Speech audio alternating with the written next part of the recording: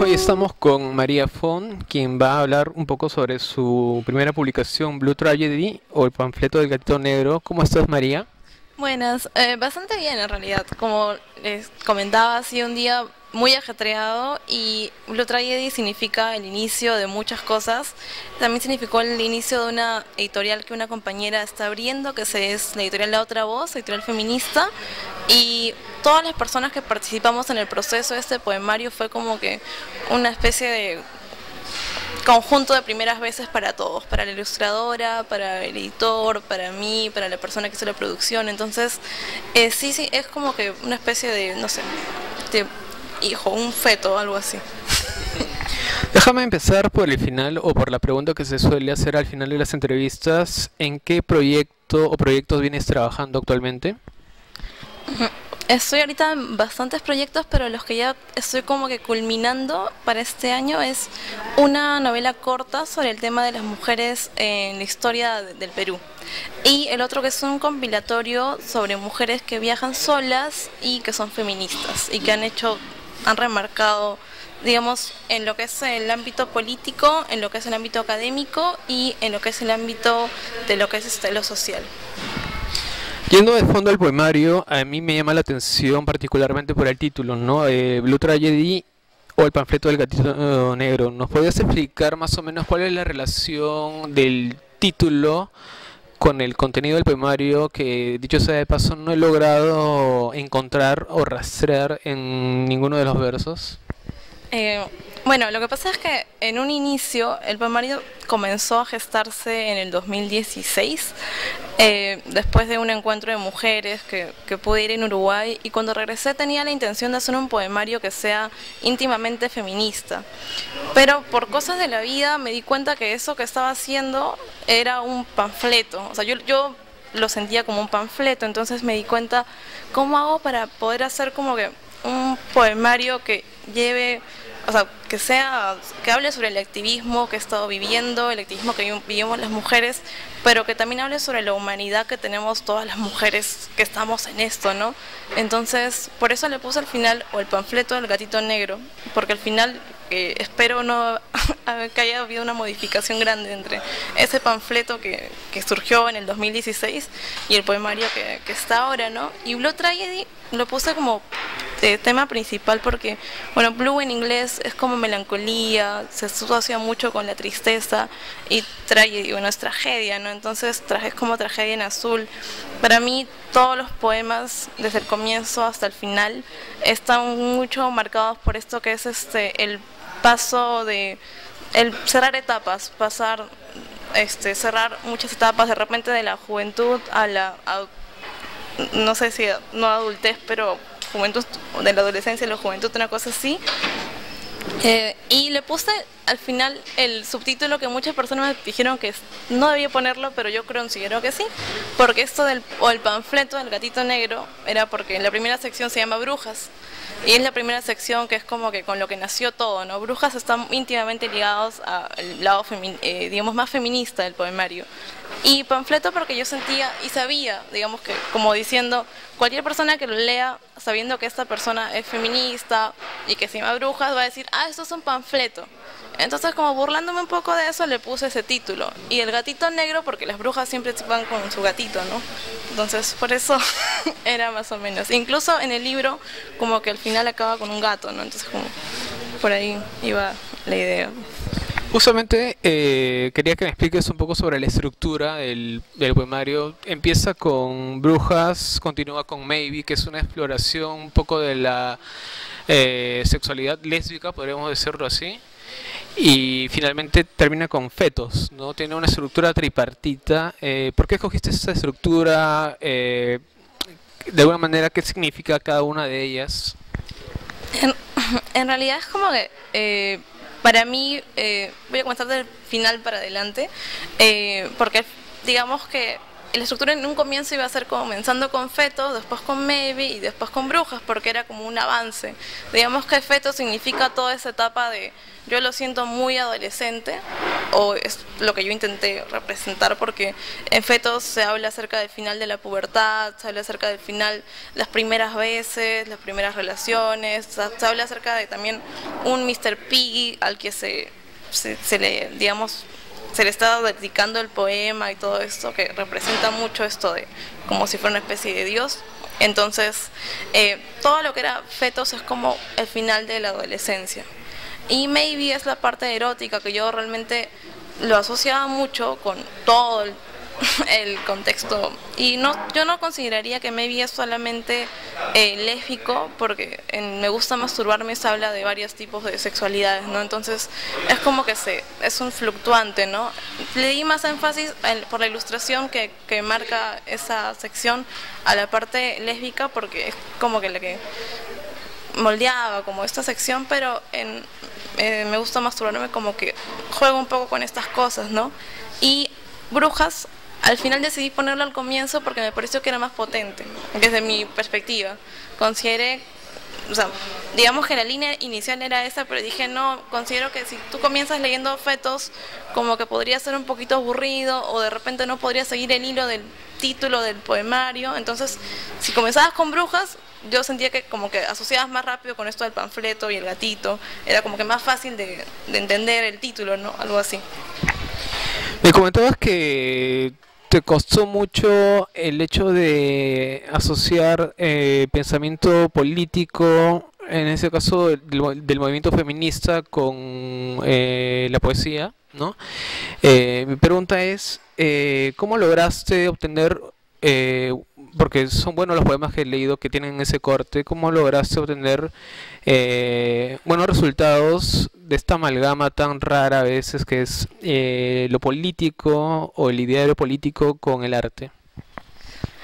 Eh, bueno, digamos que de los poemas que al final deseché, o de los poemas que tuve que como que o cambiar un poco, creo que lo que influyó bastante fue en la idea de pensar en lo personal. Esa idea es como que un lobo feminista, lo personal es político. Entonces yo dije, no es necesario que a veces digas o con todas las palabras que los pongas, porque a veces hablar desde una subjetividad ya es suficiente para exponer ciertas demandas, ¿no? Yo lo vi desde esa perspectiva. Entonces, por eso Melancolías, que comenzó siendo algo muy, muy, muy panfletario, terminó siendo como es, ¿no? Que es, en ningún momento se habla abiertamente, o sea, hay una, como que dice EFLAC, porque es el encuentro feminista al que participé, ¿no? Pero todo el poemario en ningún momento lees la palabra feminismo así con letras mayúsculas, ¿no?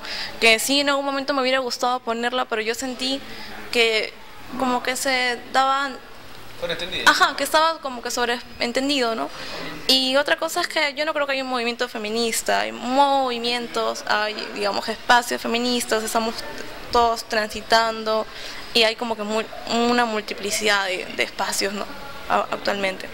Desde mi perspectiva del feminismo, yo lo vi así, ¿no? Lo vi como más personal, más llevarlo a la parte más de la sujeta, lo que siente, ¿no? Más que de hablar de, no sé, de otros tipos de disputas que de repente sí pude haberlo hecho y de repente sí pudo haber quedado bien, porque sé que hay muchas compañeras argentinas que trabajan también el tema de feminismo y ya tienen, por ejemplo, esta idea de poesía feminista, ¿no? Y son muy buenas algunas, logran, digamos, hablar de estos tópicos y hablar con nombre y apellido de problemáticas sociales sin llegar a hacer panfletos. Pero en mi caso yo sentí que yo no iba por esa línea. Sentí que de repente lo mío era lo otro, ¿no? Y hablando de las partes del libro, me comentabas en una anterior ocasión que la segunda parte te la calificaron o tildaron de pornográfica. Yo pensaba que ya todo estaba escrito, que a estas alturas uno ya ha leído de todo. ¿Crees que hay algunos tabúes en la literatura que aún se deben tocar y aún más? Sí, por supuesto. Yo recuerdo haberle pasado, digamos que una primera versión a un compañero que que es académico, ¿no? Es crítico literario además, y me dijo que eso no era literatura, que eso era porno. Y yo dije, ¿qué mal porno has visto en toda tu vida para pensar que esto es porno? Porque, o sea, bueno, fue mi opinión, ¿no? Y claro, fue antes de ponerle la ilustración que tiene abierto, ¿no? Y también se lo pasé porque en realidad esa sección tenía otro título que de repente, al final se lo quité. Creo que fue una buena decisión quitarlo porque el título era así súper panfletario y era ningún beso nace hétero, y en realidad ese va a ser era la primera opción que tuve como idea de título, y dije no. Y fue justo creo que una semana antes de terminar todo que dije no, ¿esto qué estoy haciendo? Y lo saqué, no porque no lo crea, sino porque me pareció que no sonaba tan bien. Y en la segunda parte también al final lo saqué y le puse maybe porque me di cuenta que igual en esto de me gusta masturbarme no había como algo claro, no se juega con el tema de la sexualidad también, ¿no? Y me gusta que se quede abierto como que ese tema, ¿no? Y claro, las personas, yo entiendo que una visión más de repente purista de la poesía puede entender que eso de repente no es poesía o de repente es demasiado cargado de metáforas muy sexuales y por alguna razón consideran que no, por eso no es poético. No entiendo, pero no lo comparto. También está Bolaño escondido en tus versos, está en Liz Norton, se menciona también en la novela 2666. ¿Qué significan para ti tanto la novela como el personaje de la misma novela? Bueno, el poemario lo puse como María Font, ¿no? Y digamos todo lo que pienso publicar, porque realmente estoy muy interesada en seguir en esto de la poesía, he pensado publicarlo con María Font, ¿no? Que no es mi nombre real, dicho sea de paso, es un personaje de Bolaño, ¿no? Bolaño significó mucho para mí porque es como que mi apertura con lo que es la literatura latinoamericana contemporánea. ¿Qué poetas te gustaría recomendar y que quizá no tienen mayor visibilidad en el circuito literario? Bueno, principalmente de mujeres. Para hacer el poemario me di como que una especie de trabajo de leer mucho de lo que era poesía contemporánea actual y no tan actual también sobre mujeres. Entonces estuve durante 6 meses leyendo solamente poesía de mujeres, y la que más me deslumbró y creo que tiene mucho de sus versos en mi poemario, digamos de influencia, es Marina Espesúa. Marina Espesúa me parece que es una poeta que también habla acerca del feminismo. Ella distópica me parece que es un poemario que ha pasado de repente desapercibido, pero para mí lo considero uno de los mejores poemarios de los últimos 5 años escrito por una mujer, ¿no? Y además toca este tema, toca temas de mucho de desde la vivencia de la sujeta como tal, ¿no? Me gustó bastante. Después también Aurelio Muñoz, me encantó el poemario también. Y finalmente a Melissa Geichi, que es bastante conocida ya, pero yo considero que no tiene de repente no ha tenido la visibilidad que debería tener alguien con tantas publicaciones y con tan buenos poemas, ¿no? Y finalmente, ¿puedes decirnos qué es o qué consideras que es un feto aeróbico? Lo que pasa es que Fetos Aeróbicos es un grupo que teníamos en la universidad. Entonces esa sección, como varias personas me recomendaron que la sacara, yo quise ponerla porque igual poemario, ese es un primer poemario, ¿no? Entonces lo consideraba también el cierre de varias cosas. Era un grupo en la universidad que teníamos, que nos decíamos como que poetas, y teníamos 16, 17, 18 años y no sabíamos nada de la vida, ¿no? Entonces dijimos un día, pues este grupo hay que llamarlo como los fetos aeróbicos, porque los fetos supuestamente como que respiran, una cosa bien. Entonces se quedó con eso, y estos poemas, los últimos, son los que escribí en esa época, ¿no? Por eso al final le puse ese nombre. Igual es súper críptico, era como que una especie de broma pesada también para el lector, ¿no? Porque en la presentación, como lo dijo Diana Miloslavich, Diana me dice, yo cuando leí eso dije, ¿pero qué le pasó? Porque nosotros como feministas siempre estamos como que hablando sobre el aborto y todas esas cosas, y el feto suena como que es casi una palabra para nosotros como que como nos causa terror hablar a veces, ¿no? Pero era que le expliqué también, ¿no?, en la presentación, no, era efectos aeróbicos por esto del grupo poético en San Marcos, cuando teníamos 16, 17 años, y era una especie de broma pesada entre nosotros, y después cuando ya fue pasando el tiempo, lo utilizamos todavía, mis compañeros que van a sacar pronto una editorial, y yo como una broma pesada entre nosotros, ¿no? Los efectos aeróbicos, pues, ¿no? Ok, muchas gracias por tu tiempo, María, y espero que el poemario vaya bien. Gracias. Pueden encontrar también el poemario en las librerías Landcom, Virrey de Miraflores, Virrey del Centro de Lima, en La Inestable y en Comunitas. Bueno, voy a leerles un poema que creo que es el que refleja como que el conjunto de todo lo que significa Blue Tragedy o el panfleto del gatito negro, que es La noche de Walpurgis.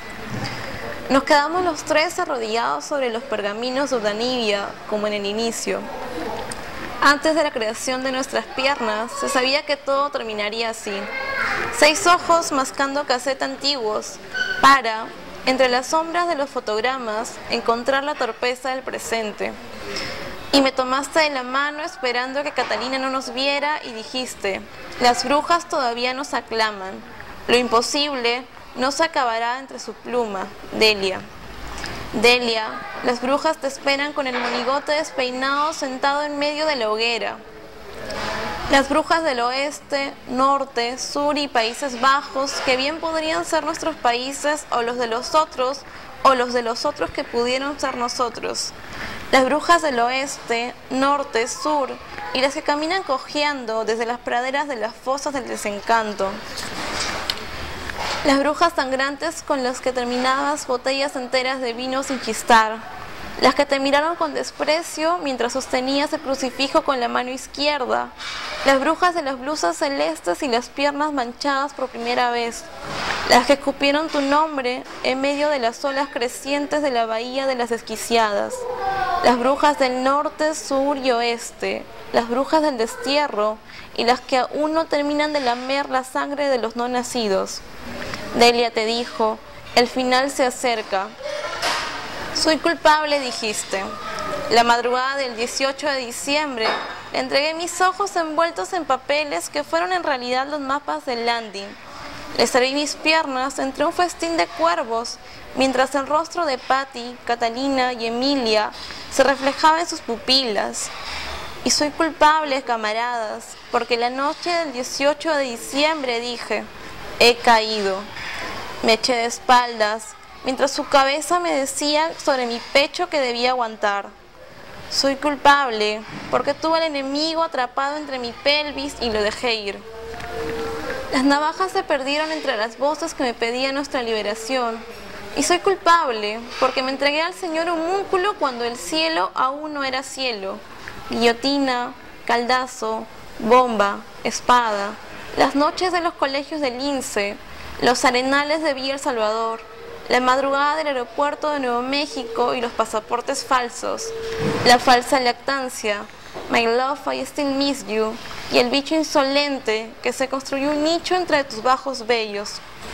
Culpable. Delia, dijiste, no serás mártir. Delia querida, los ídolos de cera no serán en tu nombre. Delia, estira bien tu cuello, que hoy serás el adobe de la nueva historia. Delia, me dijiste tomando mi mano, hemos sido de las peores. Gracias.